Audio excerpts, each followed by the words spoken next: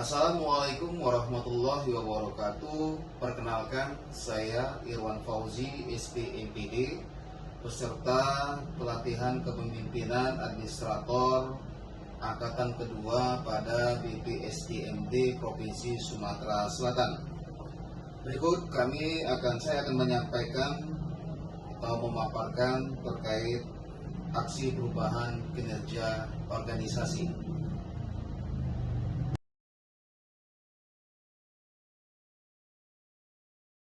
Yang perlu dilakukan dalam menyusun rancangan aksi perubahan, peserta harus melakukan diagnosa organisasi. Peserta sebagai pejabat administrator atau suksesor untuk pejabat administrator perlu mengerti mengenai konsep manajemen kinerja. Menurut Plesser, manajemen kinerja merupakan sebuah pendekatan dalam menciptakan visi bersama untuk tujuan organisasi, membantu setiap individu untuk mengerti dan menyadari kontribusi mereka sembari meningkatkan kinerja individual dan organisasi secara bersama-sama. Tujuan utama pencapaian peningkatan kinerja, input yang harus dikelola, potensi individu dan lingkungan kerja, output yang dihasilkan, peningkatan kinerja.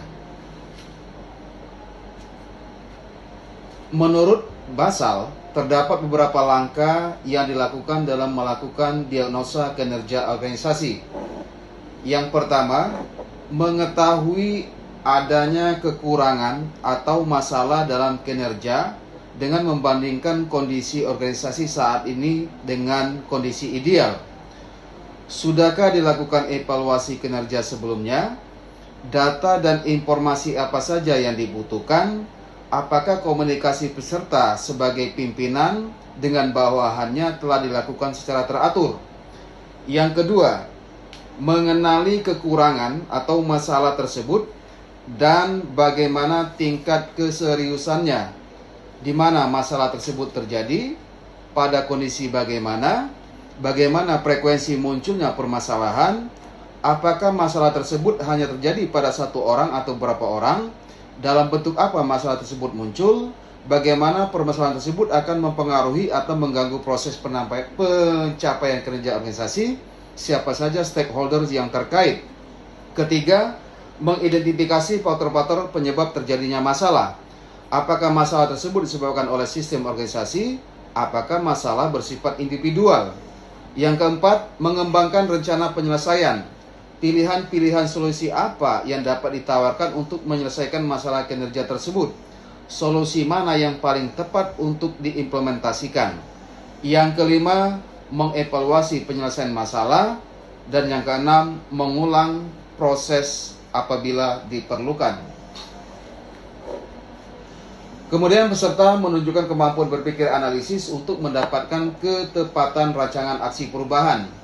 Ketepatan yang dimaksud di sini adalah kesesuaian atau relevansi rancangan aksi perubahan dengan rencana peningkatan kinerja organisasi yang terbagi dalam dua kategori, yaitu analisa kebutuhan organisasi saja dan analisa kebutuhan organisasi sekaligus menganalisis kebutuhan pemangku kepentingan.